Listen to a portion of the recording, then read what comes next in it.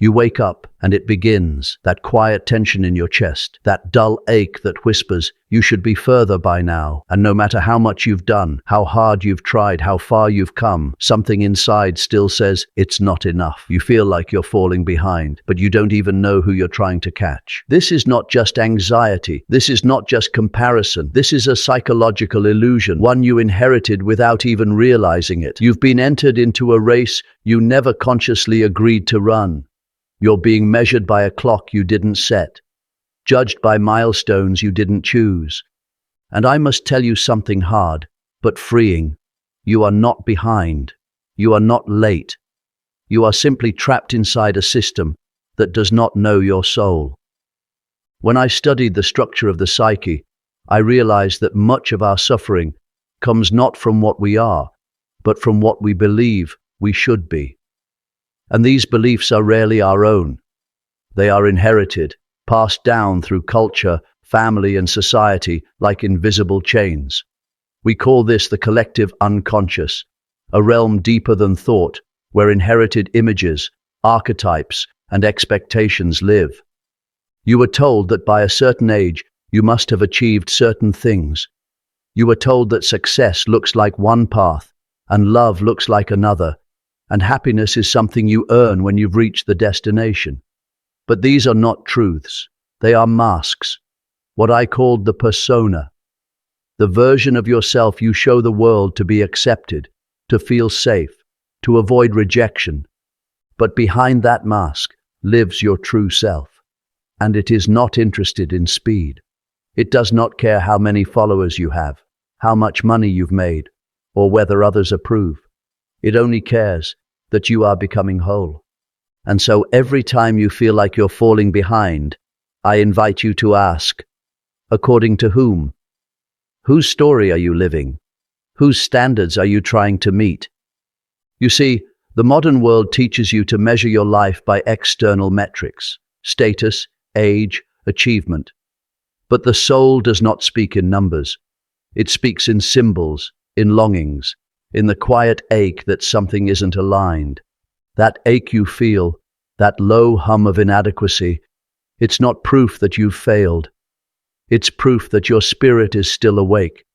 It still remembers something deeper, a rhythm, a timeline that belongs only to you. The mistake is not that you're behind. The mistake is believing there's one path you must follow at one pace with one outcome. That is the myth. That is the lie passed down through generations. And it keeps you running not toward your destiny, but away from your truth. What would happen if you stopped? If you questioned the entire premise of the race? If you turned inward instead of looking sideways? This is the beginning of individuation, the process of becoming your true self. Not the self shaped by fear, approval, or comparison, but the one that emerges when you drop the mask and listen to your own voice. So the next time you feel behind, remember, you are not here to perform. You are not here to prove. You are here to remember who you are before the world told you what you must become. And that remembering, that sacred returning, cannot be rushed. It unfolds in its own time. And its only requirement is that you stop abandoning yourself for the illusion of someone else's finish line. Let us begin there, with the truth that you are not late, you are not lost, you are simply being called inward, called home, called back to the life that was always yours, underneath the noise. There is a hidden reason why everything you achieve still feels incomplete. You reach one goal, and before you can even breathe, another voice whispers, "Now what?" You get the job, the praise, the relationship, and yet something inside still feels hollow, disconnected, unfulfilled. Why? Because you are not chasing your soul's desire. You are chasing the world's projection of what should matter. Deep within you lives the shadow, a part of the psyche that contains all you've had to repress to survive. And often, what ends up in the shadow is not evil as people believe. It's everything that was unacceptable to the people around you. the truths you were not allowed to live, the dreams that were too big, too strange, too real, the feelings that were too intense, the gifts that didn't fit the mold. So you built a self that would be loved. You performed the version of you that earned approval. You became the golden child, the achiever, the strong one, the one who never needed help. And you succeeded, but only on the surface. Underneath, your shadow grew. Jungian psychology teaches that what you do not bring into consciousness will return as fate. That means every unlived truth within you will find a way to express itself through emptiness, burnout, addiction, anxiety, numbness. These are not random. They are symptoms, signals from the unconscious that you are living someone else's life. You believe your problem is discipline, productivity, motivation. But the real issue is that you're building a life around the wrong center. You're trying to satisfy the hunger of the false self, the persona, while starving the needs of the soul. And the shadow, though buried, never forgets. It remembers every time you said yes when you meant no, every time you smiled when you were breaking, every time you chased achievement when what you really craved was rest, art, love, expression, truth. The more you ignore the shadow, the more it sabotages.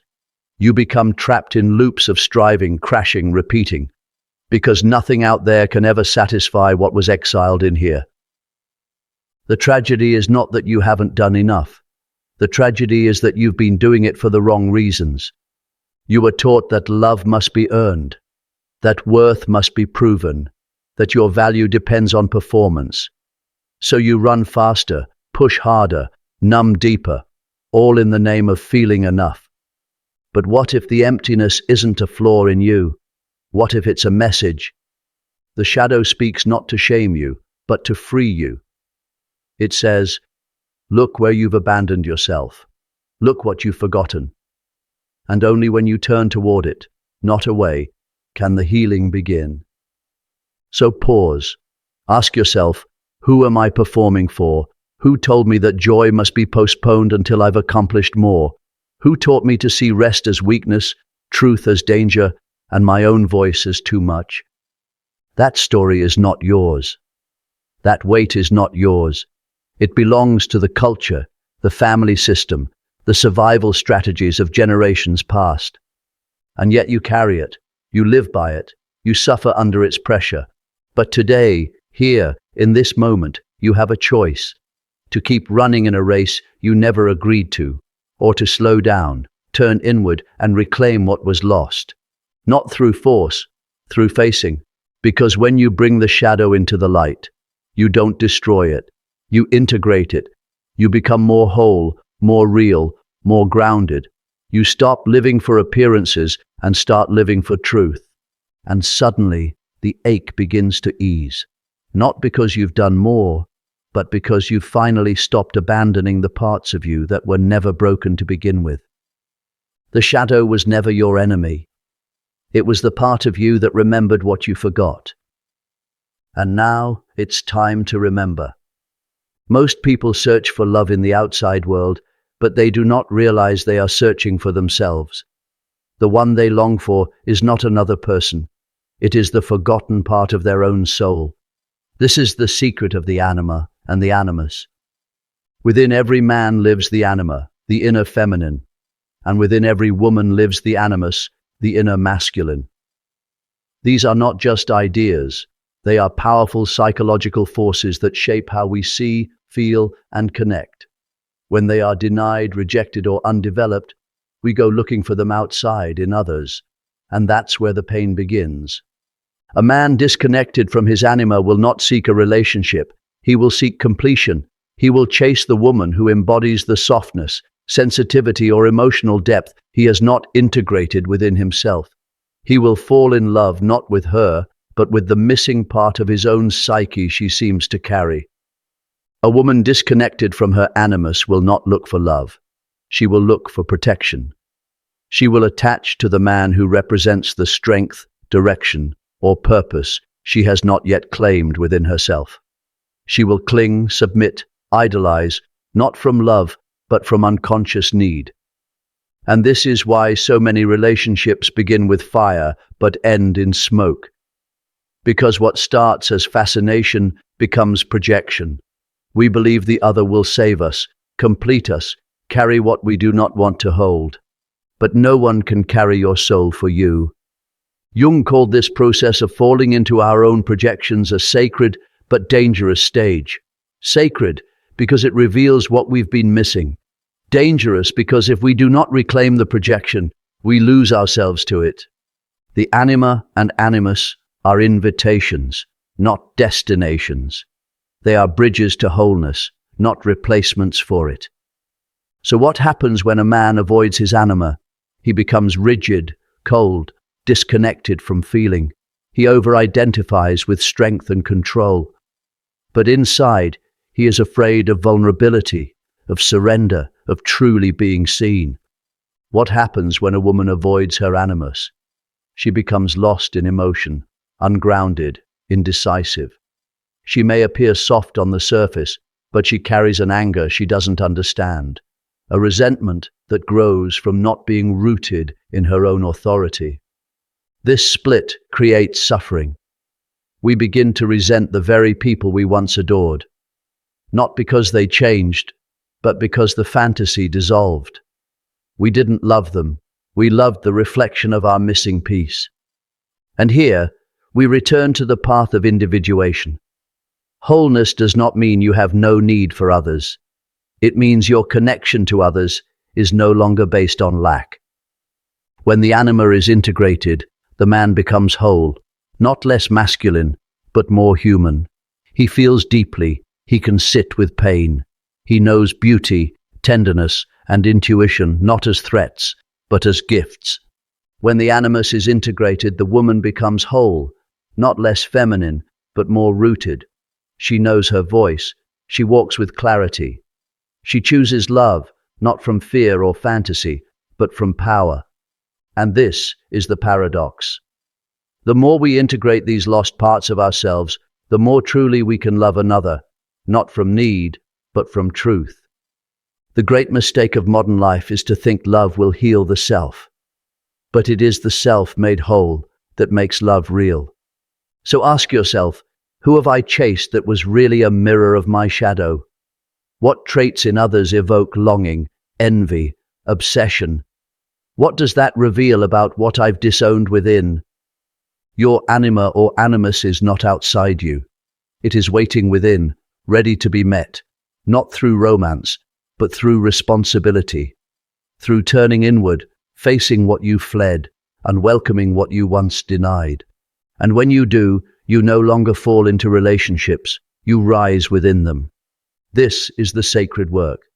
This is how we stop repeating the same pain, by becoming the one we thought we had to find, by remembering, I am already complete.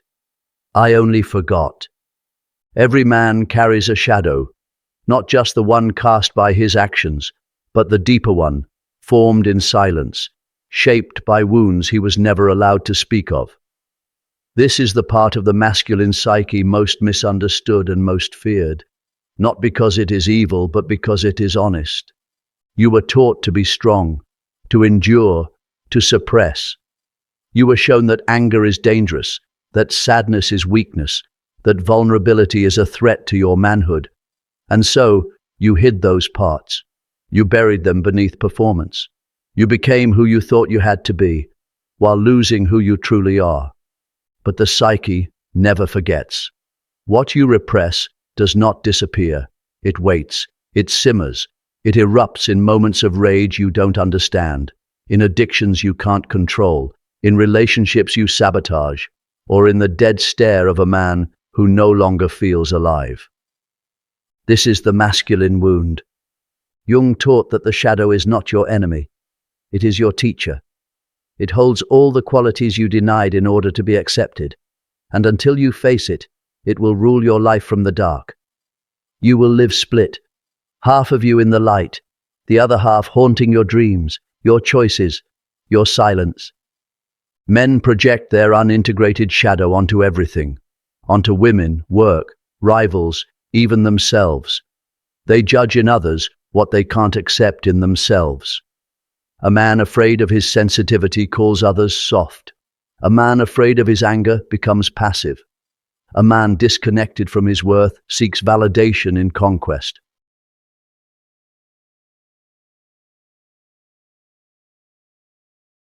This inner split is why so many men feel powerless, despite their achievements, despite their control. Because power is not dominance, it is wholeness, and there can be no wholeness without the shadow.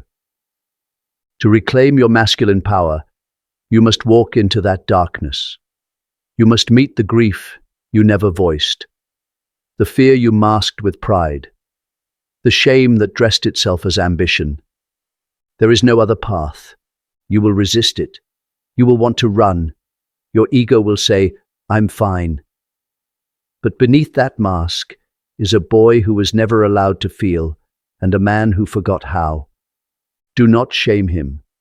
Do not reject him. He is not your weakness.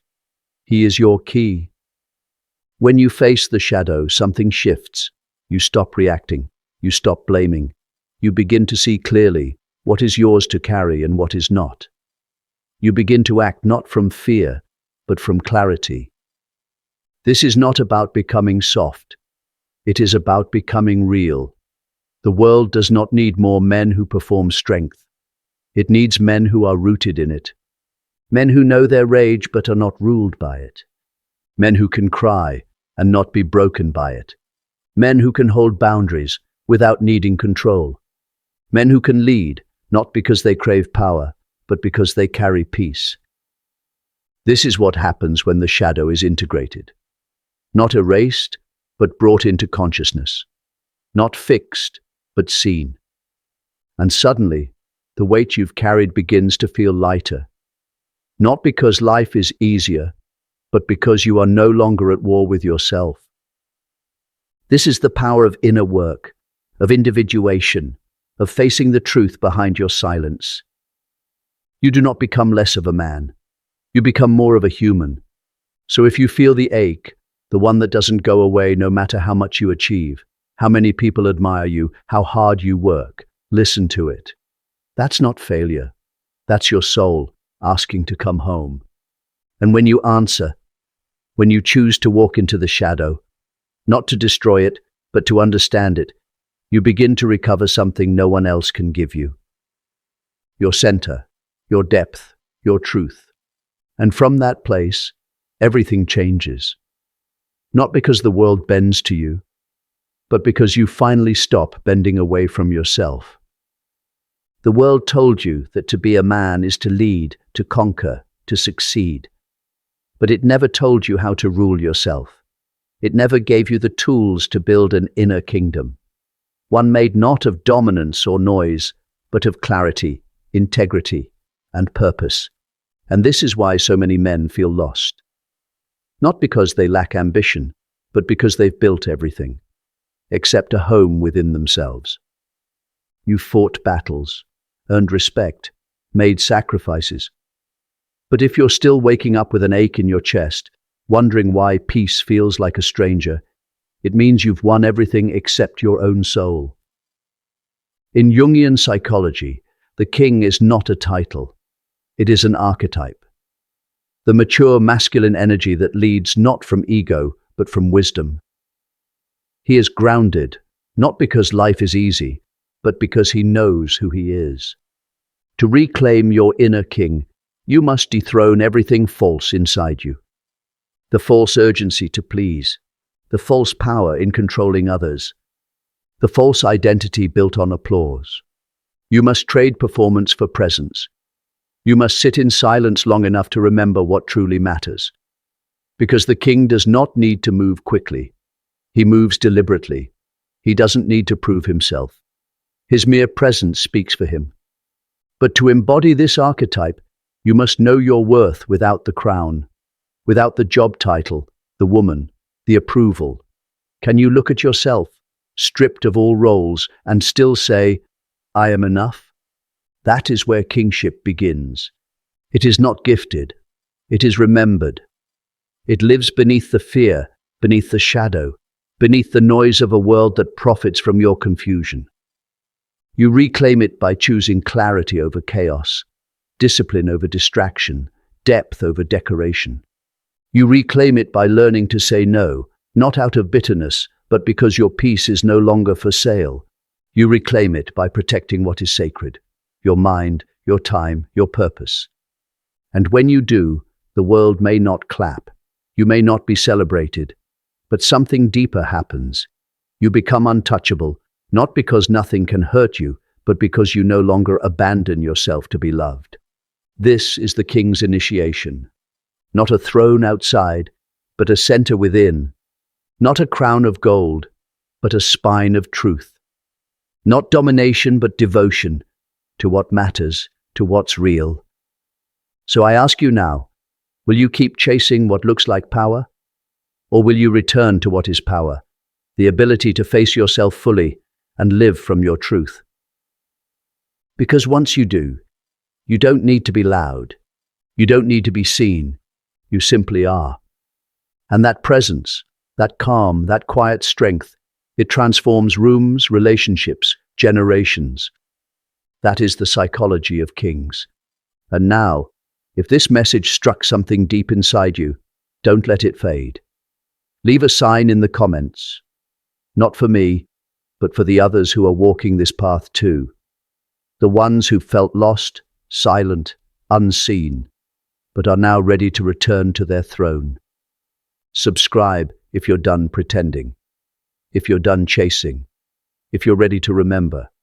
Because we are not here to impress the world, we are here to become whole. Let this be your moment. Let this be your return to center, to truth, to the king within.